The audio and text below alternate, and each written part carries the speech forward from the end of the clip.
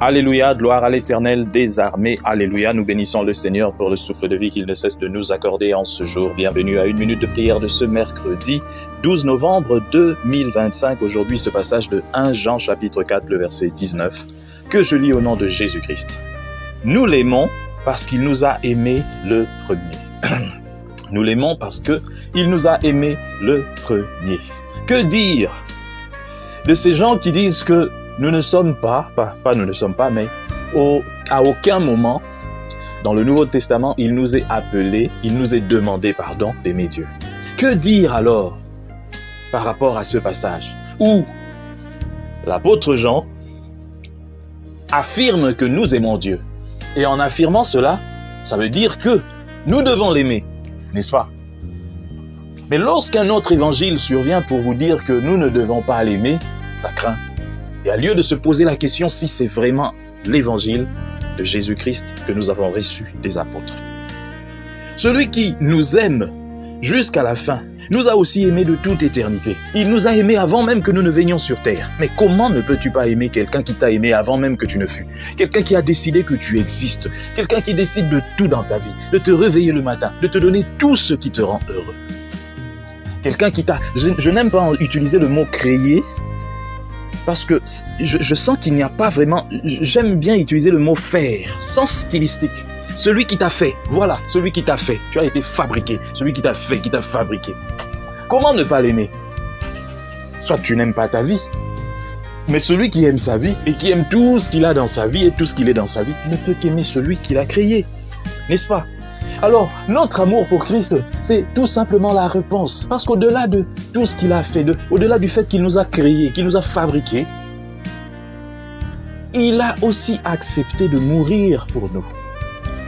Normalement, si ça ne dépendait peut-être que de Dieu, il allait tout simplement claquer du doigt et puis toute la nature humaine disparaît.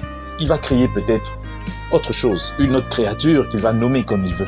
Voilà pourquoi de fois je me rends compte que nous sommes tellement impolis devant Dieu quand certains disent que non, pour moi, les histoires de Dieu, moi c'est la science, moi ceci, mais c'est lui qui a créé la science. Et nous ne sommes que des créatures, ça il faut l'accepter. La preuve en est que tu n'es pas maître de ta vie, tu meurs quand ça ne dépend pas de toi.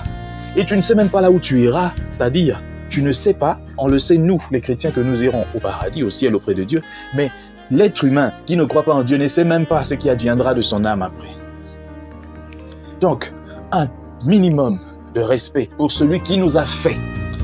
Nous devons l'aimer parce qu'il s'est sacrifié pour nous. Quand Dieu voulait supprimer la création humaine, Jésus-Christ a accepté de porter sur lui tout ce qui pesait sur nous comme péché, comme rejet, la souillure. Jésus est devenu souillure pour que nous soyons purifiés. Alors si tu ne peux pas l'aimer, c'est ton problème. J'ai toujours eu l'habitude de dire à ceux qui ne croient pas en Jésus et à ceux qui ne croient pas au jugement que ça ne dépend pas du fait que vous croyez ou vous ne croyez pas. L'enfer existe, le paradis existe, le jugement se fera. Que tu le crois ou que tu ne le crois pas, ça ne dépend pas de toi, ça se fera. Ça ne dépend pas de ton petit Dieu là. Ça ne dépend pas de ton petit gourou qui est en Inde ou bien qui est, je ne sais pas, au Japon, qui te dit des bêtises et puis tu crois en tout. Ça ne dépend pas de lui parce que lui-même, il sera jugé et il ira en enfer s'il persiste sur cette voie. Aimons Dieu. Et la seule façon de montrer à Dieu que nous l'aimons, c'est d'obéir à ses commandements. C'est d'obéir à sa parole. Et aussi, d'aimer notre prochain. C'est là où beaucoup échouent. Tu ne peux pas dire que tu aimes Dieu quand tu détestes ton prochain. L'amour de Dieu ne peut pas se manifester autrement que par l'amour du prochain. Tu n'aimes pas celui que tu vois. Comment veux-tu aimer ou prétends-tu aimer celui que tu ne vois pas? Que Dieu bénisse sa parole, qu'il bénisse cette journée. Que cette parole atteigne les extrémités de la terre. Au nom puissant du Seigneur Jésus-Christ. Amen. Bonne journée à tous.